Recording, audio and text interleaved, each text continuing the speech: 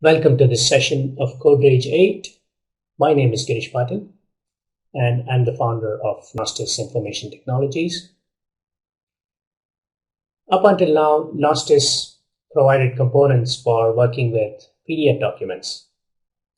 About a year ago, we released the .NET version of our new multi-format document processing library, which enabled developers to implement PDF and Office document processing tasks in their applications. Now, we have the pure Delphi version of this library, and that's what we're going to see today. The new Gnostice product for Delphi for working with PDF and Office documents. Here's the plan for this session. Before we go into the real stuff, it may be useful to know why and how this new technology came about. So we'll see a bit of that. Then we'll understand the vision we have and the goals we set for this new technology that we call Extreme Document Studio. Then we'll see demos of the capabilities of this new product. Then we'll look at some internal details of the product with regard to architecture and design. We'll then see more demos which take us deeper into the product. And by then it'll be time for Q&A. And we'll go into Q&A after getting some general product information and the special discount we have for CodeRage. So how did this new technology come about? I actually need to go into the background to tell you the story. Our first products were for exporting reports to popular electronic formats such as PDF, HTML, RTF, and so on. These products just did one thing, that was export reports, and we had separate products for each reporting tool. One for quick report, one for fast report, one for rave, and so on. These products were tied to the reporting tools, and there was a lot of duplication of effort and code whenever we wanted to enhance the products. It was not a good situation for growing the products. There was a need for innovation, and it came in the form of eDoc Engine. In eDoc Engine, we decoupled the document creation code and the report interfacing code and added more capabilities to allow for more ways of creating documents. It's been 10 years since, and it still works. Around the same time as eDoc Engine, we created PDF Toolkit, and this was initially driven by customer requests for a product for working with existing PDF documents. The seed for an integrated product for working with and creating PDF documents and possibly multiple document formats was planted then. While that thought process continued, we kept getting more requests from users. There were requests to overlay PDF templates on exported reports, to export reports to PDF and then merge them with other PDFs, and many such requests. All this was possible with the combination of eDoc Engine and PDF Toolkit, but not in a single product. We came closer to realizing our vision when we created PDF1 for .NET and Java, where all functionality for PDF was integrated into a single product. And naturally, it was time for the ultimate, the product for doing everything with documents and with support for more and more formats as a single integrated solution. To sum it up, this was our vision for Extreme Document Studio. To enable software creators to implement every function with electronic documents, their business applications need to get done by providing an integrated native multi-format document processing product. And the difference from what is available currently is implied in the underlined words.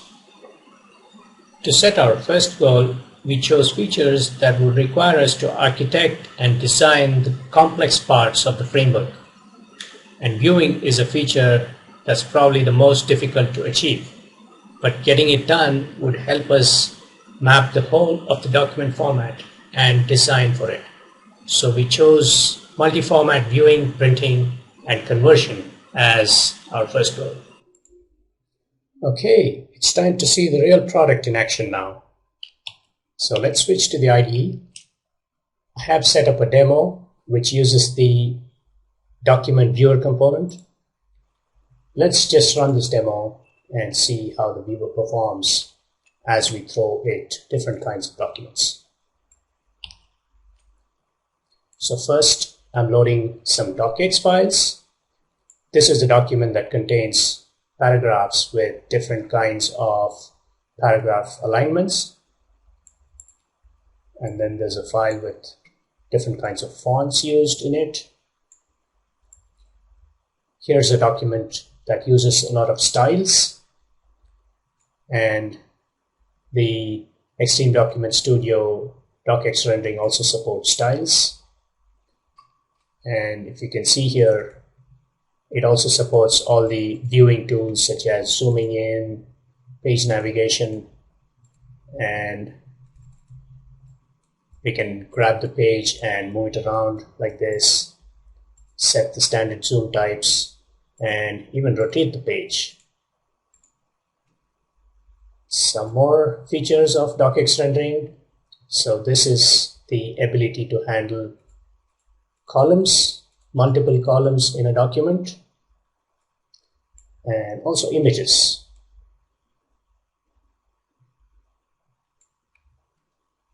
Now let's load something else. Let's load some PDF documents. This is a document with a lot of fonts used, embedded fonts, non-embedded fonts, and so on. And this is one more slightly larger document with lots of text, some images, and then here's a document that is password protected. And the dialog that you saw was the built-in dialog that the viewer threw up for a password protected file. And if you notice, the viewer interface hasn't changed at all from loading a docx and a PDF, and all the viewing features are supported for both the formats. And the same goes with image files as well. So I'm going to load a multi-page TIFF file into it now. It loads it up and allows you to scroll through the pages just as you would scroll through the pages of any other document.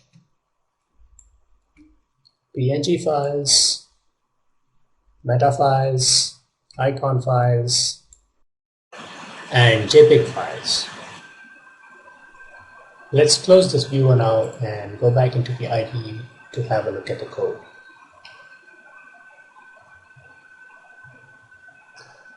So a couple of things.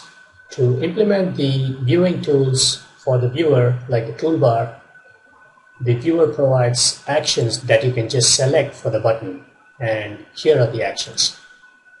So there's a Gnostice document viewer group which has all the actions associated with the viewer, such as zoom, page navigation, opening a document, closing a document, and rotation, and so on. And then the viewer has these properties to enable whether to show the password dialog or not, and then how many tries we want to give to the end user to try and enter the correct password. And then there's also the properties for setting the resolution of rendering, then the zoom property, and yeah, that's what is exposed at the moment. But if you can see, the properties are all nicely grouped, so it's easy to find them, and also they give real granular control. If you choose not to write any code, you can still implement quite a bit of stuff. And then let's look at some of the methods. So the document viewer still has all the methods if you want to program that way. So you load a document using these methods from file or from stream. If you want to just abandon, you can call close document. Then you have methods for navigating through the pages. You can jump to a page and then you can zoom in and zoom out.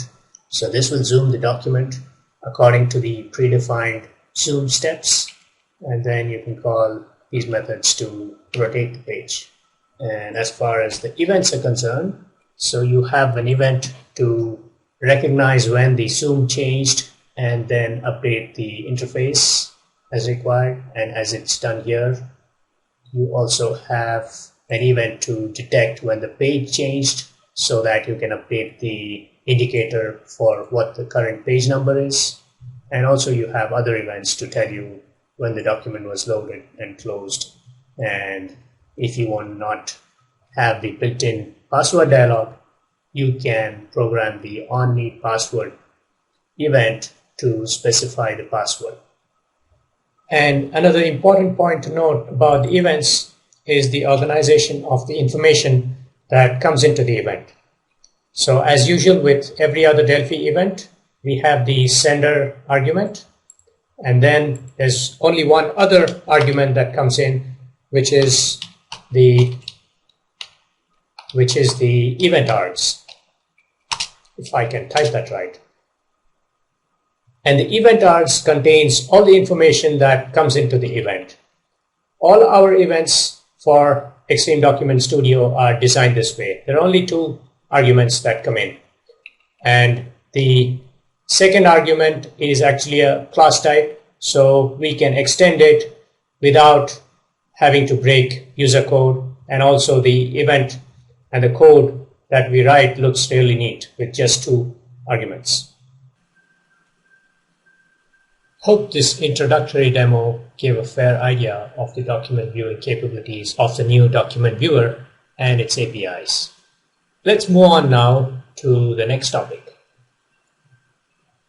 Every team that wants to design a good product would set design goals to validate the results of their product against. These were the design goals we set for ourselves. And they are really simple and straightforward. But also, they're what matter for a good user experience. Let's actually take examples from the product and validate them against these design goals. The password-related settings are a good example for ease of use, customizability, and control, where you could see that if you didn't want to write any code at all for this aspect of the application, you could still configure the viewer to show the built-in dialog for password input, and you could also set the number of tries it should allow the end user to enter the correct password. And when one wants to handle the password input through code, the event gave full control to do so. With regard to the second and third goals, you could see that there's a single viewer, a single printer, and soon there will be a single document converter component for working with all formats. You also saw that the APIs were the same on the viewer for operating on all formats.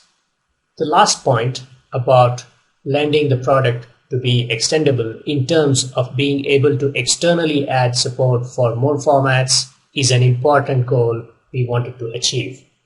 And we'll see an example of that in the next demo. Here's how the modules and classes are layered. We have separated out the platform-independent parts and put them into the core module. The main framework and the internal document object model reside here. On top of this is the layer that holds the engines for each format that bind to the appropriate component framework at compile time. And then there are the visual controls that are totally separate for VCL and FireMonkey. The VCL is what's ready now and what we are seeing here. Here are the main entities of the product that become relevant when we need to add support for new formats. The framework class enables the format engines to register themselves with the system and also enables all parts of the system to query for and request a format engine for a given input file. The TGT document class is the base class for all format engines. Then there is a page class that every format engine needs to descend from to expose its pages. And there's also the possibility of implementing a specific viewer for a given format by descending from the base viewer class. But most times that's not necessary. Implementing a basic format engine will be enough. We should be more clear on this in a moment. To understand the working of the system, the role the framework plays, let's follow the sequence of execution when the load method is executed on the document viewer. I should tell you though, this is a highly simplified depiction of the actual flow. And to understand it better, we need to know a few things. One, the document viewer class is a container for the specific viewer classes based on the format kind. And what's the format kind? PDF and docx, as far as this system is concerned and as far as viewing is concerned, fall into the same kind because they're both page-based formats in the sense that their contents can be represented as pages. And then image is a kind, spreadsheet is a kind. So specific viewers are developed for specific kinds of documents and not for each specific format. Point 3, the currently registered viewers in the system are for page-based formats and for image-based formats. So it's only necessary to implement viewers for kinds of documents that are not page-based or image-based. So the user calls load on the document viewer, passing a file or a stream. The document viewer calls on the framework to get to know the format of the passed file or stream, and the framework uses one or more of several possible ways to identify the format. It first checks for the file extension, if the extension is present in the file name. If it can't figure out the format with that approach, it checks against the file signature the handler has registered with the framework. If that doesn't work, it puts the file or stream through each handler and checks if any of them can handle the input. Once the format is identified, the document viewer calls on the framework again to know if a custom viewer has been registered for the identified format. If there is a custom viewer, the framework returns that. Else, it checks if a handler is available, connects the handler to the default viewer, which is the page-based viewer, and returns the default viewer. Well, looking back on this again, you can forget about all I have said to explain this slide. All you need to know is as long as there is a handler or a viewer registered for a given format, the framework will figure out which is the correct handler for the format and whether there's a file extension or not, or it's changed to another extension, the framework will return the correct handler for the format. Let's get back to some more demos now. To start with, we'll see how to implement support for a custom format in the viewer. And here we'll see how to implement support for fast report. Then we'll see a demo on document conversion, where we'll convert from docx to PDF. And then we'll go into a real-world scenario of an accounting application and see how we can really use this product in such situations. So let's switch to the IDE. I'll open the demo for the viewer that supports the custom format. And first we'll go and see how the implementation is for this new format. So it's the same viewer that we saw earlier. There's no code change as far as the viewer is concerned, but there is one extra unit added now to this project. And let's go see what that is about. Okay, so this is the handler for the fast report format to integrate fast report viewing capability into the document viewer. So how do we implement such a handler? Here are some steps. So first of all, we need to extend the base document class and the page classes, implement the methods load, get page count, and get page on document, and then get size and the actual draw method on the page class. And then finally, we register the new handler with the framework. And let's see the implementation for these methods and classes. So a new document handler derived from the base class.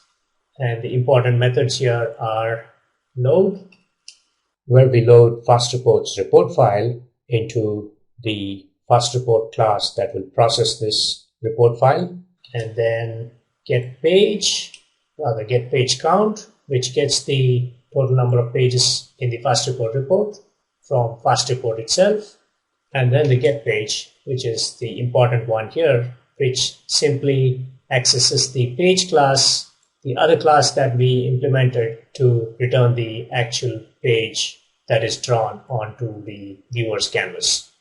Let's go see that class. And here the main method is the draw method, which gets the canvas property of the viewer. And all this method has to do is take the fast reports page and render that page onto the canvas that is passed into this method. And that's done here this way. And the last step is to register the format with the framework using the register document method. Let's run this and see how it works. And let me go back to my samples where I have a fast report stored. Let's drop that into the viewer. And you can see now the viewer supports viewing of fast report reports as well. And all the viewing features and tools coming to you for free.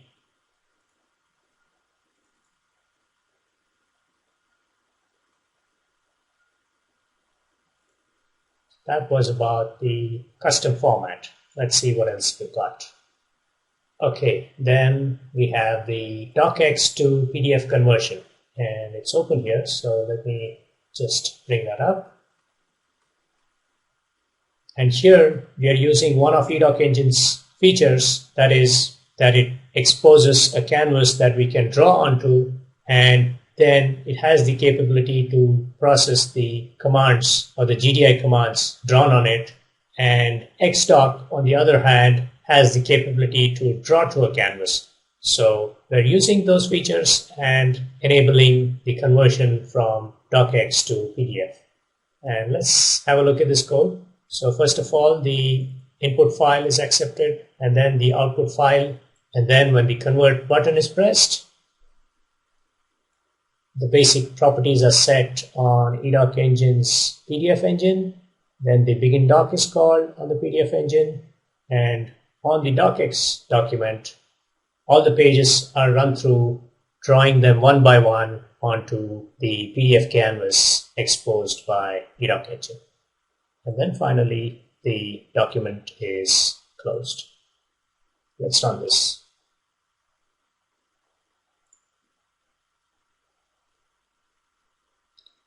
Okay, so for this again, I'm going to have to look up my samples. Okay, we're right there. So let's open some of these documents and see how they convert to PDF. And you can see eDoc Engine's setup dialog or configuration dialog coming up. We can turn this off if we don't want to see it. But anyway, it's on by default. And you can see the PDF being generated of the docx. And there was no printer driver involved or office automation involved. Let's load something else, maybe the one with columns.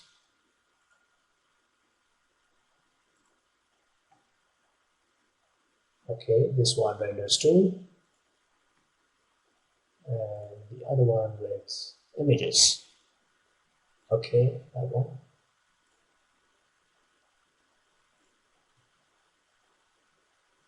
Okay, that looks pretty good.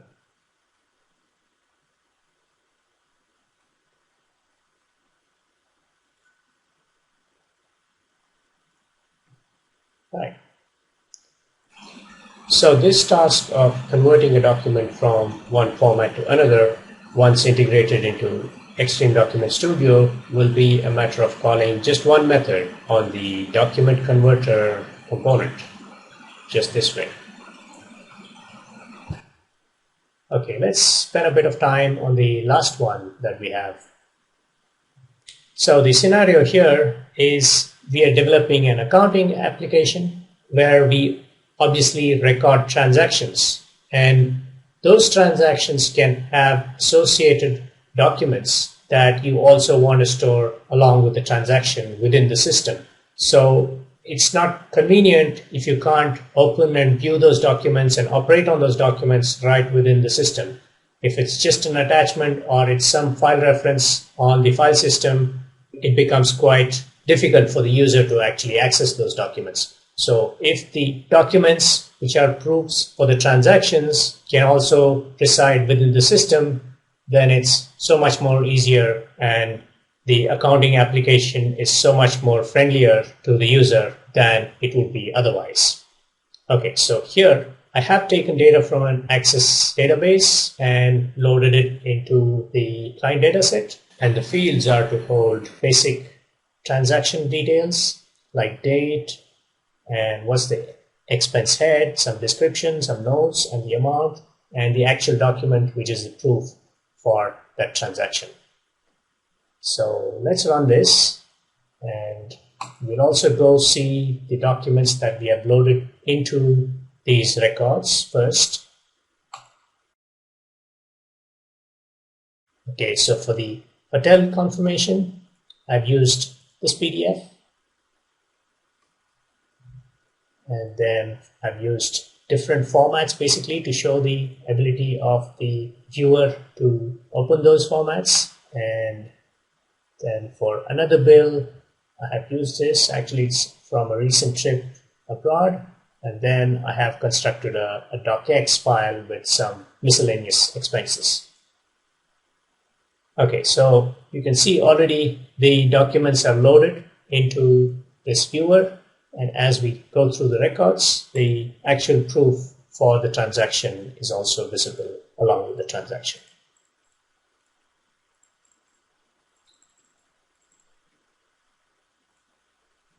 Okay, so what's the code in this application? There's actually nothing, because this is the new component that we have introduced into Xdoc. It's a data-aware document viewer, which exposes a data source and a data field property, which you can just set to a data field and a data source, and your documents will start viewing.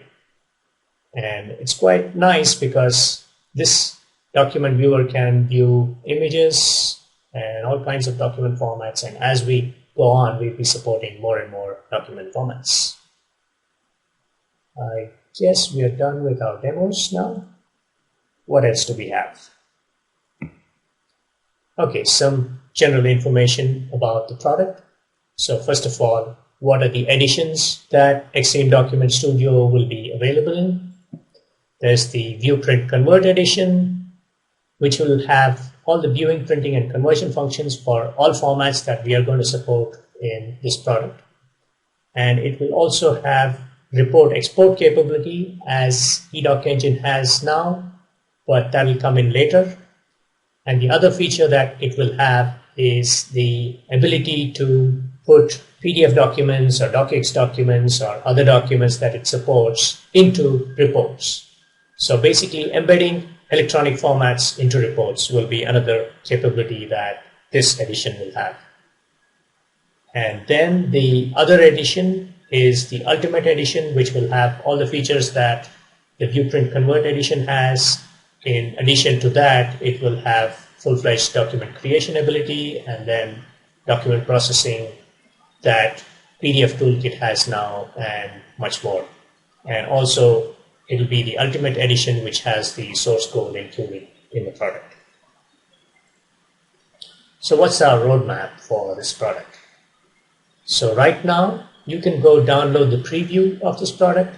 It's available on the special page set up for CodeRage. That's www.Gnostice.com/CodeRage. You can download the preview there, which supports viewing and printing of PDF, docx, and image formats right now. The next release, that is the first release of the full product, which will be in a few weeks from now, which will include the viewing, printing, and conversion capability, and also the DB document viewer component. After that, in December and at the beginning of 2014, we'll have the report add-ons, which I was talking about, and we'll keep enhancing the viewing, printing, and conversion features. As for FireMonkey support, we expect to have it in Q1 of 2014. So we want to keep it really simple, have small incremental releases, and focus on quality all the time. And what is the special we have for CodeRage? So the Extreme Dev System Delphi subscription, which includes source code and all the products that Gnostice makes for Delphi, which includes the Extreme Document Studio product that we just saw. We are offering a special discount on this subscription, $100 discount that is valid right through to December 31st. We want to give you enough time to see the product, the new product, and make up your mind slowly. And this discount is only available through the special page we have set up. So that is www.Gnostice.com/CodeRage again. And looks like that's it from me. Thank you.